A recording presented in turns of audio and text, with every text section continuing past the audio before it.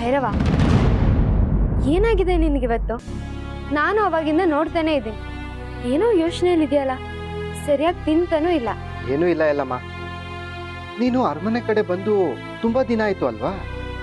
ಇವತ್ತು ಯಾಕೆ ನೀನು ನನ್ನ ಜೊತೆಲಿ ಅರಮನೆಗೆ ಬರಬಾರ್ದು? ಇದೇನ್ ಭೈರವ ಹೀಗೆ ಕೇಳ್ತಿದ್ಯಾ? ನಾನು ಆ ಕಡೆ ಹೋಗೋದೇ ಇಲ್ಲ. ರೇಣುಕೆ ಜೊತೆ ಮಾತಾಡ್ಬೇಕು ಅಂದಾಗ ಹೋಗ್ತೀನಿ ಅಷ್ಟೆ. ಅಲ್ಲ, ಯಾವತ್ತೂ ಇಲ್ದಿರೋನು ಇವತ್ತೇನು ದಿಢೀರ್ ಬಾ ಅಂತ ಕರಿತಿದ್ಯಾ?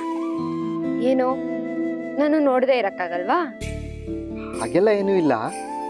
ಪಾಪ ಯುವರಾಣಿಯವರು ನಿನ್ನನ್ನು ಮಾತಾಡ್ಸೋದಕ್ಕೋಸ್ಕರ ಕಾಡೆಲ್ಲ ಸುತ್ತಕೊಂಡು ಇಲ್ಲಿವರೆಗೂ ಬರ್ತಾರೆ. ಆದರೆ ನೀನು ಅವರನ್ನ ಅವರಿರೋ ಜಾಗಕ್ಕೆ ಹೋಗಿ ಭೇಟಿ ಮಾಡಿದ್ದನ್ನ ನಾನು ಸದ್ಯದಲ್ಲಂತೂ ನೋಡಲೇ ಇಲ್ಲ. ಶ್ರೀ ರೇಣುಕಾ ಯಲ್ಲಮ್ಮ.